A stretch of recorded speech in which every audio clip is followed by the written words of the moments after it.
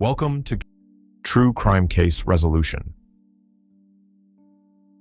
Today, we bring you a chilling story of betrayal, secrets, and a tragic end. This is a story of love gone wrong, a forbidden affair, and a brutal murder that shocked the quiet town of Madison, Wisconsin. On the surface, it appeared to be a normal life for a young couple, but beneath that calm exterior, something dark was brewing. It was a cold Friday evening, November 12th, 2018. Madison, Wisconsin, a town known for its friendly neighbors and peaceful surroundings, was about to become the center of a scandal that would tear apart families and leave a trail of blood and betrayal. It started like any other day for 34-year-old Emily Daniels, a stay-at-home wife, and her husband, Michael Daniels, who worked long hours at a local construction firm. But that evening, a chilling 911 call would change everything. It was Michael, frantic, panicked, and his voice shaky as he reported his wife had been missing for hours. He had returned from work at around 7 p.m. to find the house quiet, the lights dimmed, and Emily nowhere to be found. Her phone was left on the kitchen counter, but her car was gone. Michael tried calling her, texting her, but there was no response. Hours passed and fear crept in. The authorities responded quickly. Detective Sarah Johnson, a seasoned investigator with over 15 years on the force, was put in charge of the case. As they dug deeper into Emily's life, they quickly realized that this wasn't just a missing persons case. It was the beginning of a nightmare. Emily Daniels, by all accounts, seemed like the perfect wife. She had married Michael right after college. The two had met at a friend's party and were inseparable since. Michael was hardworking, a loving husband who provided everything for his wife. They rented a small but cozy house on the outskirts of town, owned by a man named Henry Wilson, the local landlord. But what Michael didn't know was that Emily had been keeping a secret, one that would destroy everything. Emily and Henry, the landlord, had been involved in a secret affair for months. Henry, a 45-year-old man with a history of questionable relationships, was known around town as a bit of a smooth talker. He had been in and out of trouble, but nothing serious enough to land him behind bars. Emily, feeling lonely with Michael always working, found comfort in Henry's attention. It started innocently enough. Henry would come by to fix things around the house, leaky faucets, a broken window, or a faulty heater. But soon, the late-night visits became more frequent. The messages between them became more personal, and before long, what started as an innocent friendship turned into a full-blown affair. Emily was torn between guilt and desire. She loved Michael, or at least she thought she did. But with Henry, she felt alive in a way she hadn't in years. The thrill, the secrecy, the danger, it was intoxicating. And so, she kept it hidden from Michael, who had no idea that his marriage was built on lies. But as these things often do, the affair began to unravel. Henry became possessive, and Emily started to pull away. She knew it was wrong. She wanted to end it and focus on her marriage, but Henry had other plans. On the night of November 12th, Michael wasn't the only one looking for Emily. Henry was too. They had planned to meet that evening, but Emily never showed. Angry and feeling rejected, Henry began calling her repeatedly. When she didn't answer, he drove by the Daniels' home, hoping to catch a glimpse of her. What he saw instead was Michael arriving home, confused and worried. And then Emily's car was found.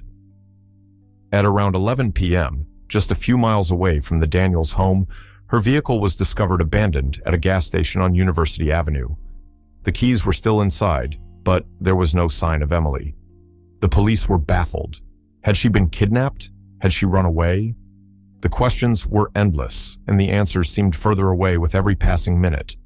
As the investigation continued, Michael's world started to crumble. Rumors began to circulate around town. Some of Emily's friends hinted that there might have been trouble in the marriage. There were whispers about another man, but Michael refused to believe it. His wife wouldn't do that to him. They were happy, or so he thought. But Detective Johnson knew there was more to the story. She began looking into Emily's phone records, her social media accounts, and then something caught her attention. Texts, dozens of them, from a number Michael didn't recognize. Henry's number. The messages were explicit, detailing secret meetings, promises, and eventually, threats. Henry was brought in for questioning. At first, he denied everything, but as the pressure mounted, cracks began to show in his story. His calm demeanor gave way to anger as he realized the police knew about the affair. But still, he insisted he didn't know where Emily was. The police were at a dead end until an unexpected twist. A witness came forward, a gas station clerk who remembered seeing Emily on the night she disappeared. She had come into the station around 9:30 p.m., looking anxious and hurried. She bought a pack of cigarettes and then walked out, only to be followed by a man minutes later. The description matched Henry. With this new information, the police focused their efforts on Henry. A search warrant was issued for his property, and what they found was horrifying. In Henry's basement, they discovered Emily's phone, a small blood stain on the floor, and disturbing evidence that pointed to a struggle. But there was no body. Where was Emily? What had happened to her? As the investigation unfolded, it became clear that Emily's secret affair had turned deadly. It was early morning on November 13th, 2018, the day after Emily Daniels was reported missing. The police, now equipped with a search warrant, had discovered a bloodstain in Henry Wilson's basement, along with Emily's phone. But they were still left with one terrifying question. Where was Emily? The small bloodstain suggested violence, but there wasn't enough to indicate she had been murdered there. However, the mounting evidence against Henry was enough for Detective Sarah Johnson to act swiftly. He was arrested and brought in for further questioning. Henry remained defiant, swearing he had nothing to do with Emily's disappearance, but the police weren't buying it anymore.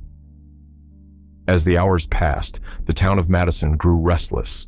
People began gathering outside the police station, whispering theories, pointing fingers, and speculating what could have happened. Michael Daniels, Emily's husband, was left in emotional torment. The realization that his wife had been having an affair hit him hard, but despite the betrayal, he couldn't accept the idea that she was gone for good. He clung to hope that somehow she would come back. He refused to believe she could be dead. But then, everything changed. At around 6 p.m. on November 13th, a local hiker made a horrifying discovery. Just a few miles from Henry Wilson's property, in a wooded area known as the Cherokee Marsh, the hiker stumbled upon something partially buried beneath a pile of leaves: Emily's body. She had been brutally beaten, her face unrecognizable, her clothes torn, and her hands bound behind her back. The police were called immediately, and the scene was quickly roped off. The evidence was undeniable. This wasn't an accident or a random attack. Emily had been murdered, and it was personal. The autopsy report later revealed the terrifying details of her final moments. Emily had suffered blunt force trauma to her head, likely from a heavy object. There were signs of a struggle, indicating she had fought for her life before succumbing to her injuries. But the most disturbing part was that her body had been moved after death, suggesting that her killer had panicked, tried to hide her, and then abandoned her in the marsh in a hurry. With this grim discovery, the case turned into a full-blown murder investigation, and all eyes were on Henry Wilson. The police had already found enough evidence to link him to Emily's disappearance, but now, with her body found so close to his property, his involvement seemed undeniable. Detective Johnson and her team confronted Henry again, this time laying out everything they had: the texts, the blood in his basement, the witness at the gas station, and now, Emily's body. Henry's calm facade began to crack. Under intense pressure, he finally broke down and confessed. But his story was far from what anyone expected. Henry admitted to the affair, but he claimed he never meant for things to end the way they did. According to him, Emily had come to his house the night she disappeared. They had argued. Emily wanted to end the affair, and she told Henry she was going to confess everything to Michael. Henry, enraged and feeling rejected, lashed out. He grabbed a heavy wrench from his workbench and struck her in a fit of anger. Emily collapsed, and as the reality of what he'd done sank in, Henry panicked. He tried to revive her, but it was too late. In a desperate attempt to cover up his crime, he dragged her lifeless body into his truck and drove to the Cherokee Marsh, where he hastily buried her, hoping no one would find her. He wiped down the scene at his house as best as he could, but couldn't completely erase the traces of what had happened. Henry's confession sent shockwaves through the community. People couldn't believe that something so dark had been happening right under their noses. Michael Daniels was devastated. He had lost the woman he loved, and now he had to come to terms with the fact that she had been unfaithful, and that her secret had cost her life. The betrayal, the lies, the murder. It was all too much for him to process. As the trial loomed, Henry's defense tried to argue that the murder wasn't premeditated, that it was a crime of passion, fueled by emotions and jealousy. But the prosecution painted a different picture. They argued that Henry had been planning this for some time, that he was obsessed with Emily and couldn't handle the idea of losing her.